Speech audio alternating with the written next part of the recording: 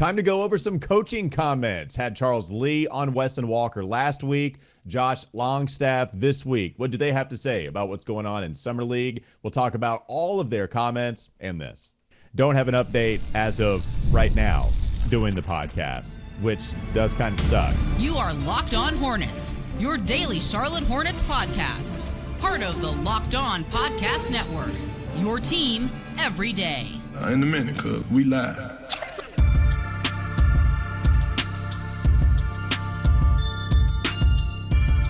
It's Locked On Hornets, part of the Locked On Podcast Network. It's your team every day. Thanks for making us your first listen. We are free and available anywhere you get your podcast, and that includes YouTube. Today's episode is brought to you by FanDuel.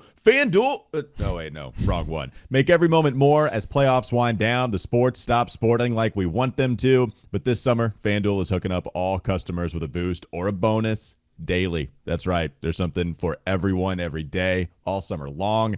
Visit FanDuel.com to get started. There's Doug Branson. You can find him on his Substack, everyhornetsboxscore.com. He is in different clothes.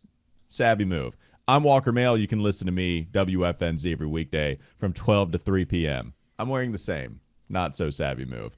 Well, people are watching on a different day, so, I'm just, no one would have even known. You just outed yourself and there was no need.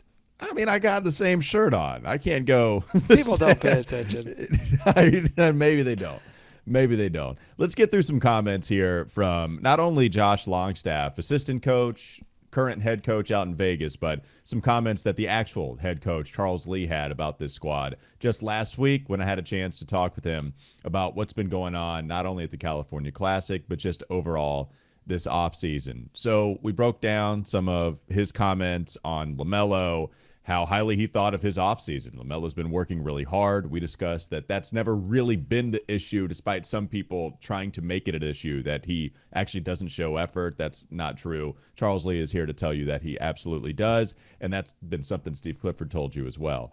We do, however, need to know about the LaMelo Ball injury status. Is he going to see the floor for more than the 35 games that he saw 2 years ago, more than the 25 that he saw this year? Can we get to a 60, 65 threshold, whatever the number? Can the dude remain healthy?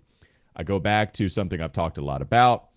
During his Bucks days, I saw on All Access him discuss one of his biggest responsibilities as an assistant coach was to help Chris Middleton through some rehab from some of the injuries that he suffered.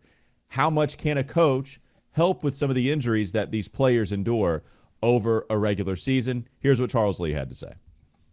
On the players to be fully committed and bought in during the summertime of getting ahead of things. We're going to talk a ton offensively and defensively about doing your work early. And so I think from the standpoint of an off-season training, that's why we're so adamant with our staff to be hands-on with the players. We want to have this player-first mentality.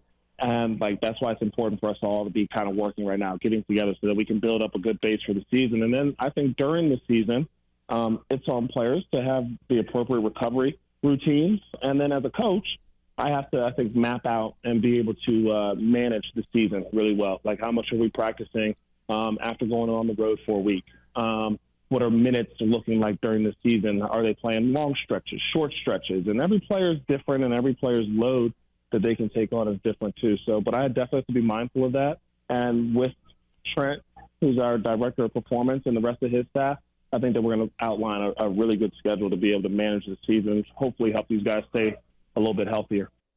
Doug, I saw you smile a little bit through that. What are your thoughts? Well, I just love that he's thinking through this process in such a holistic way. You know what I didn't hear at all in that soundbite? I didn't hear Charles Lee one time say something like, well, injuries are a part of the game. No. We can do something about these injuries. We can start the work early. Building, so much of building culture is about getting guys to do things when you're not watching, doing things when training camp or summer league camp is not happening, getting them to do stuff behind the scenes. And maybe that's not 100% built yet, but that's what that's all about. And I just love the starting the work early, putting the onus on players to take care of, not just take care of their body during the season, but have that body ready to go. The injury issue for the Charlotte Hornets has not been exclusively a LaMelo Ball problem. They've had multiple injuries to major rotation pieces, and then on top of that, they've had an anemic depth issue where they couldn't sustain one or two, major injuries for any stretch of time, much less for the major injuries that they've suffered to some of these players. And so, I think it's been a twofold thing, right? You've got Charles Lee putting the onus on the players to have their bodies ready, but you also have a front office that is invested, and an ownership group before this new front office that was invested in adding depth to this team. So all that stuff working together to hopefully, completely clear this haunted house of the ghost of Hornets past. So one way you do that, if some of this is on the players, Charles does a great job at the beginning of that answer saying it's on us first. Then he gets to the player responsibility. One way you fix this, you get rid of some of the players. That's what they did at the deadline. They got rid of P.J. Washington. Really, actually was one of the more healthy guys. But they did get rid of Gordon Hayward, too. Absolutely not one of the more healthy guys. Missed a ton of time ever since he signed that big contract here in Charlotte. They got rid of Terry Rozier. Kind of healthy, would get banged up, miss a couple weeks here and then. But Terry Rozier was somebody that would suffer these injuries every now and then. Of course, we know about some of the other players that they would trade away, some of the guys that aren't on the roster anymore. And Brandon Miller, he's still here, but he played 74 games of the 82, and I think he could have reached 76 had they kept throwing him out there at the end of the season, but I don't think he played the last game or maybe the last two because there was just no point. Miles Bridges missed 10 games at the beginning of this season due to his suspension and still played the second most amount of games on this squad. Insane. 69. He played 69 Nice. games, the second most. Nick Richards played 67, JT Thor 63. Bryce McGowan's was in top 5 for games logged last year at 59. Partly because of the trade deadline, guys getting shipped out, but a lot because of health. So you're right. A lot of it is LaMelo. We focus on him because the dude is still, when healthy, the best player on this roster. So we focus on the star that's making $200 million.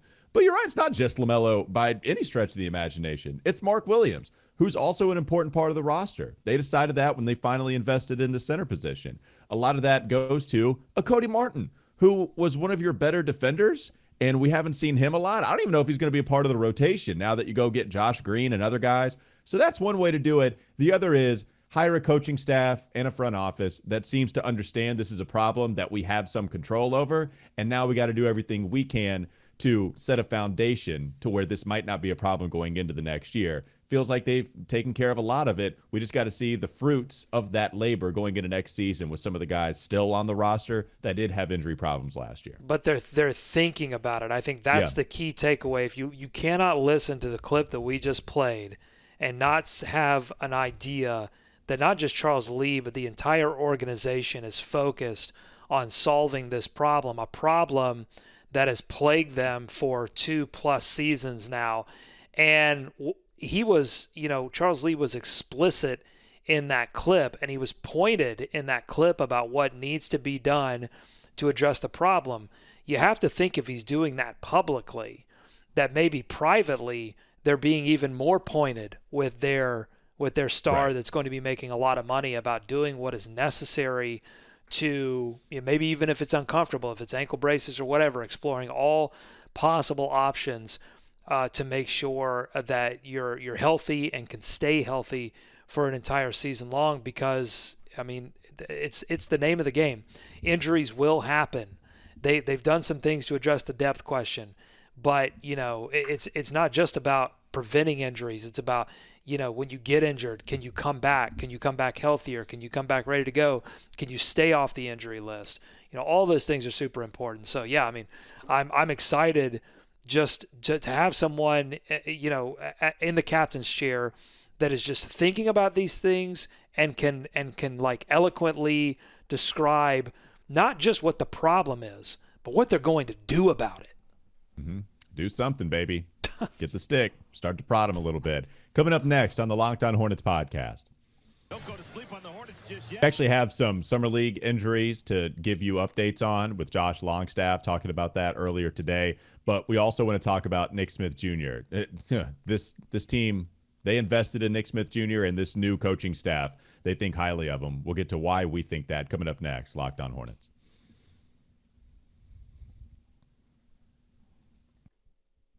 This episode is brought to you by FanDuel. I love sports. I love them so much. I never really want them to stop. But as the playoffs, well, they're over in the NBA. They're about to ramp up in the WNBA, but we still have this Olympics hiatus. At least we have the Olympics, but even still, we get fewer games for a lot of the leagues and the sports. They're not sporting like I want them to.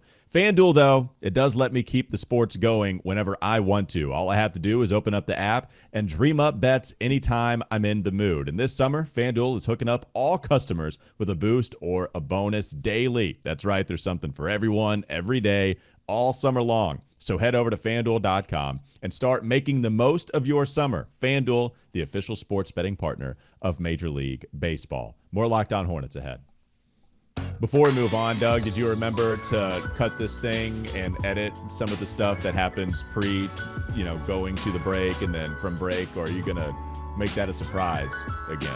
Oh, all right. I see. Okay, cool. Yeah, all right. Calling me out. Okie dokie. All right. Well, we'll just see what happens. Hey, listen. Hey, threatening the producer or making fun of the producer or doing anything to the producer in any kind of way, that's a dangerous game you're playing, my friend. I'm scared. I regret my decision immediately for saying that. Let's move on. Let's talk about Nick Smith Jr.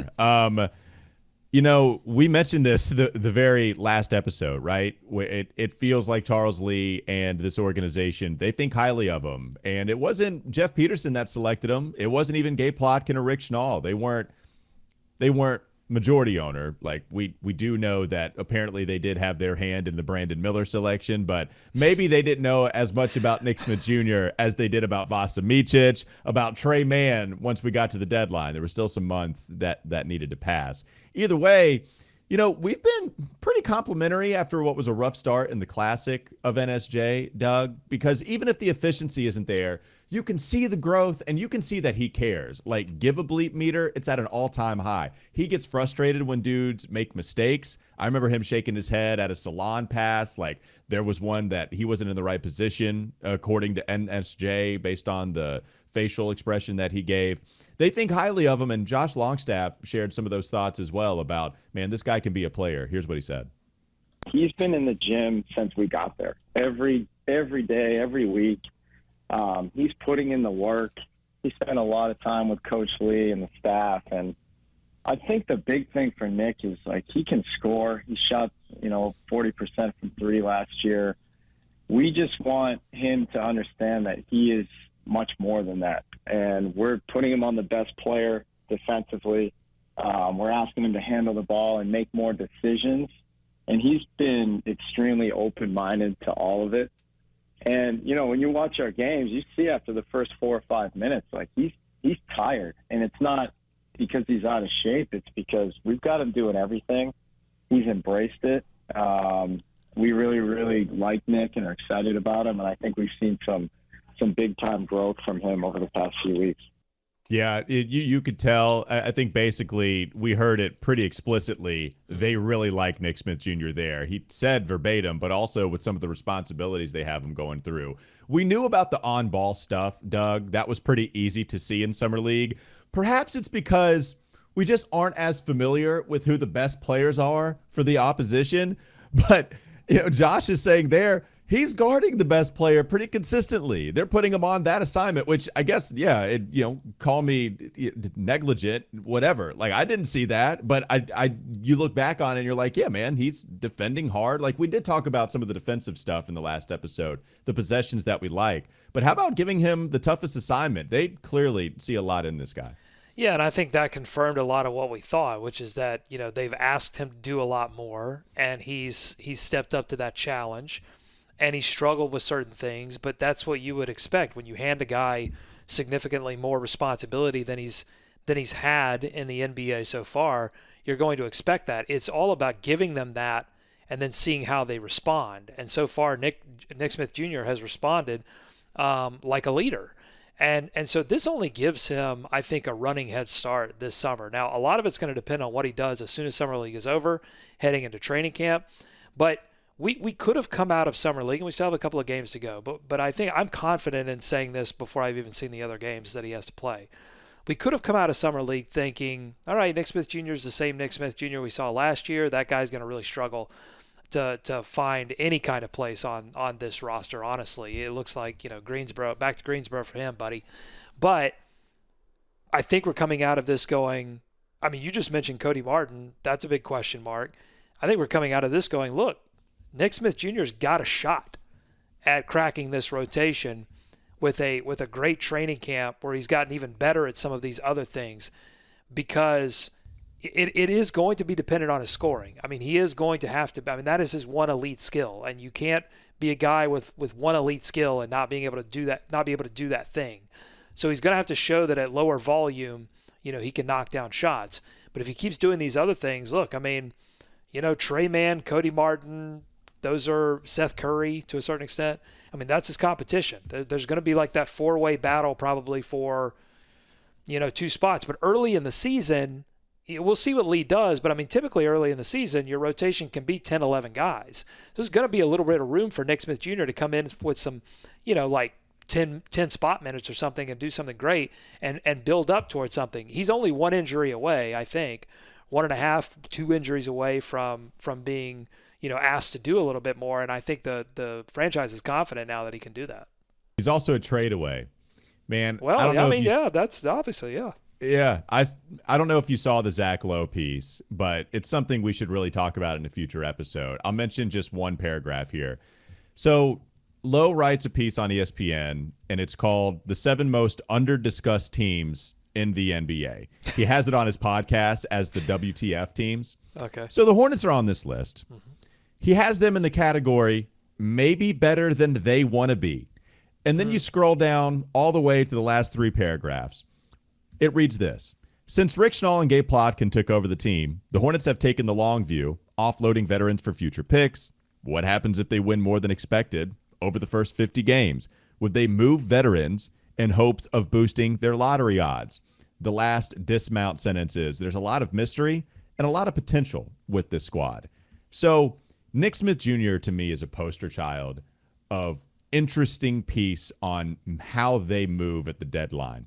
Because if this guy is in a loaded backcourt right now with so many guards on the roster, and if the Hornets are better than maybe they anticipated, if they decide to trade Micic, which we've talked about quite a bit, let's say that they actually decide to move off of whoever else, maybe Trey Mann, if there's some trade compensation. Maybe that's the case. Who knows, right? Reggie Jackson, we don't expect to be on this roster. So there's 3 guards right there. You waive 1. Cody Martin, we don't even know if he's going to be healthy, who's also in the backcourt. This thing can get depleted pretty quickly, even with it being pretty loaded right now. If they think this highly of Nick Smith Jr., and they're throwing him in the fire, right? Like you just heard it from Longstaff, putting him on the best offensive player, putting him on ball a lot more. He's playing a ton of minutes. Are they getting him ready for a potential just to see what they can do at the deadline to move off of some of these guards that are clearly better right now in Micic and in a Trey Mann? I find that fascinating, Doug, and I feel like maybe if they believe in NSJ enough, that would allow them to, trade some of these veterans that help them win some games, but maybe bring them a little bit closer to the number 1, number 2, number 3 overall pick in the draft. Yeah, I mean, let me say, like, I can't envision a scenario in which you're doing renovations to an arena, you're asking season ticket holders to foot that bill to pay more, and you've got a franchise that I think already has anemic interest. I mean, I think there is an underbelly, an undercurrent of fandom that would arrive upon winning, but it's not showing up night in and night out. It's showing up for the big events, but it's not showing up night in and night out.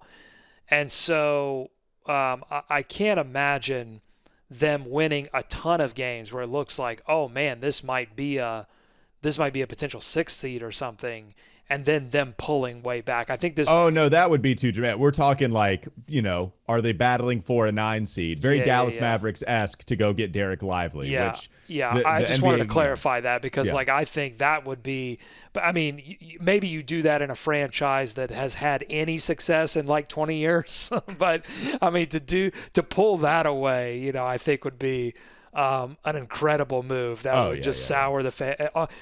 Look, I mean, but the ownership has not been committal on doing whatever it takes to win. They're using words like sustainable. They're being vague enough to give themselves all kinds of wiggle room, which, they must be taking my classes. I didn't see them in my classes, but to get in the wiggle room, I mean, that's totally out of my book.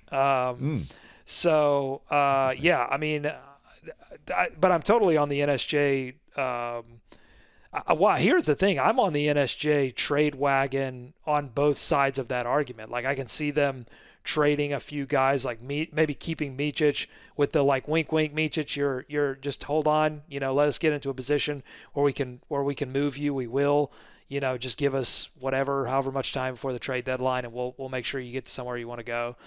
And then working Nick Smith Jr. somewhere into the rotation. I could also see it on the other end, like if this could be a giant sales job by the Charlotte Hornets, putting Nick Smith Jr. out here in this prominent role.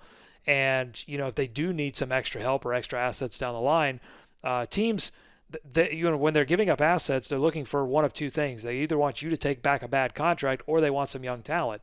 Nick Smith could fit that bill, and he's got enough of like a question mark because they haven't played him significant minutes yet. He has enough of sort of a fresh car on the lot kind of smell, you know what I'm saying? Like we don't know enough about Nick Smith Jr.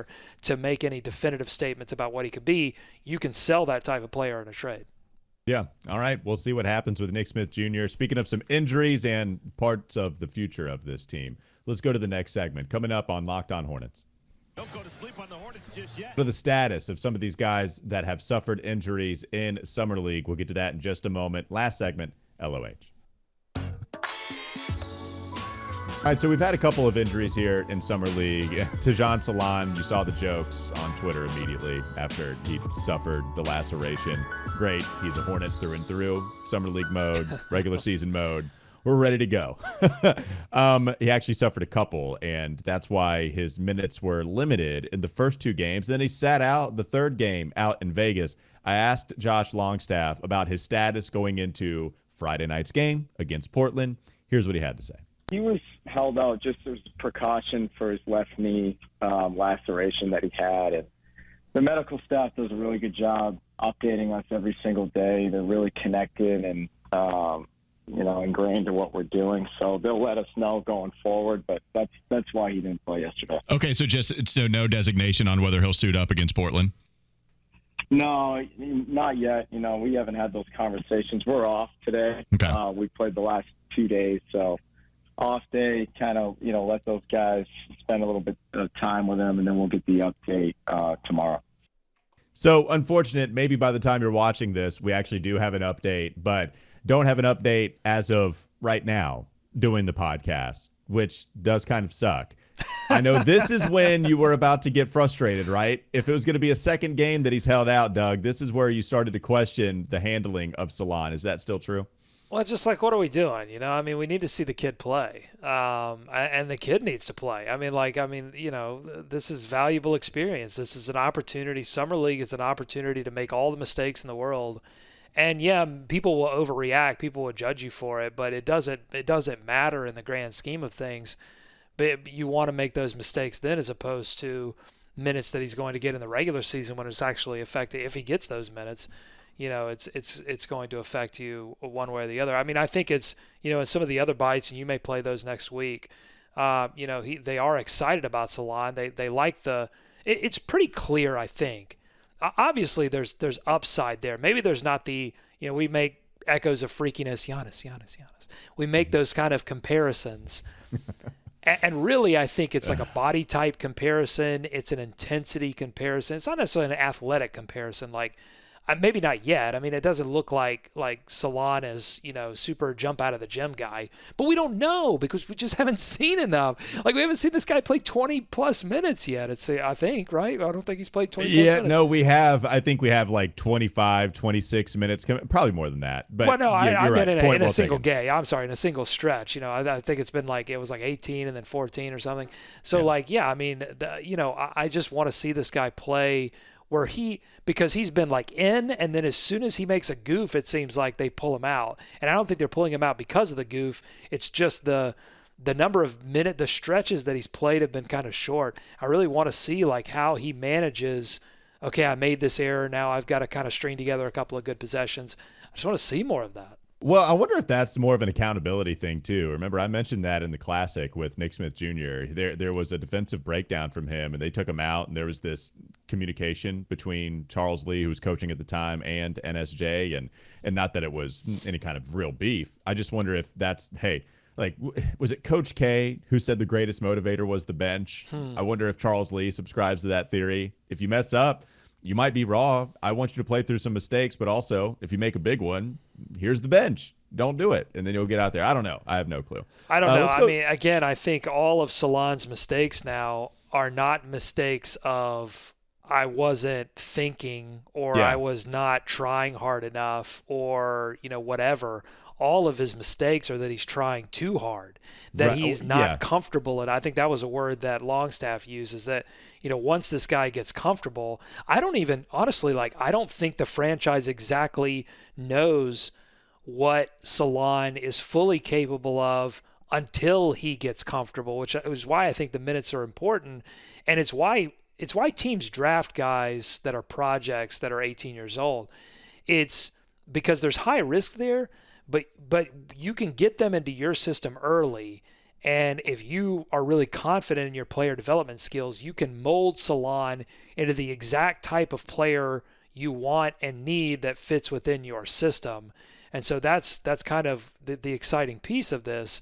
But yeah, I mean, look, this would be a totally different conversation if the knee injury were like, oh, well, he has sprained ankle, or he had, like the Gueye situation. Like obviously Gueye can't play with a sprained ankle, but this is a knee laceration, and we've seen him play, and it didn't look like he was affected at all by the injury. So I'm just confused. I mean, yeah, like I don't know. Like, I'm just saying I play a doctor on television.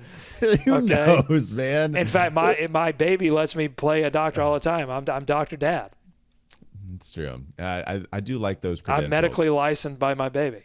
You bring up Mo Gueye. We actually got a status report on him. We had no clue. Like we knew that he was out with an ankle injury. Then we had zero clue as to whether he would suit up again. We Summer needed League, to know. No rules, baby. It's literally the wild, wild west. So we needed to know about what was up with Mo Gueye. I think at the beginning, I say there's actually like a gals for Gueye, guys for Gueye movement on the text line. Shout out to Rachel, who coined the gals for Gueye term. That's great. So I told him about that and then asked him about the status. He's another guy. He's been around every day. He's rehabbing that ankle sprain.